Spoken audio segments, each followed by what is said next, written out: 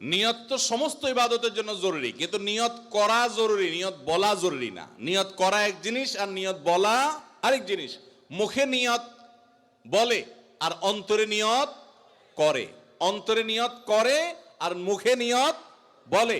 ইবাদতের মধ্যে নিয়ত করা ফরজ, রোজার জন্য নিয়ত ফরজ, নামাজের জন্য নিয়ত ফরজ, কিন্তু নিয়ত বলাটা ফরজ বা সুন্নত কোনোটাই না। আমরা যে রোজার নিয়ত শুনছি, নাওয়াইতু আন আসুমা গাদান, আছে না? বিভিন্ন আপনার ক্যালেন্ডারেও লেখা থাকে, ভিত্তিহীন। নবী করিম সাল্লাল্লাহু আলাইহি সাল্লামের কোন জয়ীফ জাল হাদিসেও এরকম রোজার কোন নিয়তের কথা কোথাও বর্ণিত হয় নাই। ইসলামের নামে নকল আমল করলে সওয়াব হবে না গুনাহ হবে? খবরদার। এই জন্য আমরা মেহরবানি করে, আমি কি জন্য ভোর রাতে উঠছি? সারি খাইতে উঠছি, সারি খাইতে উঠছি মানে কালকে রোজা রাখবো, এটাই তো আমার নিয়ত।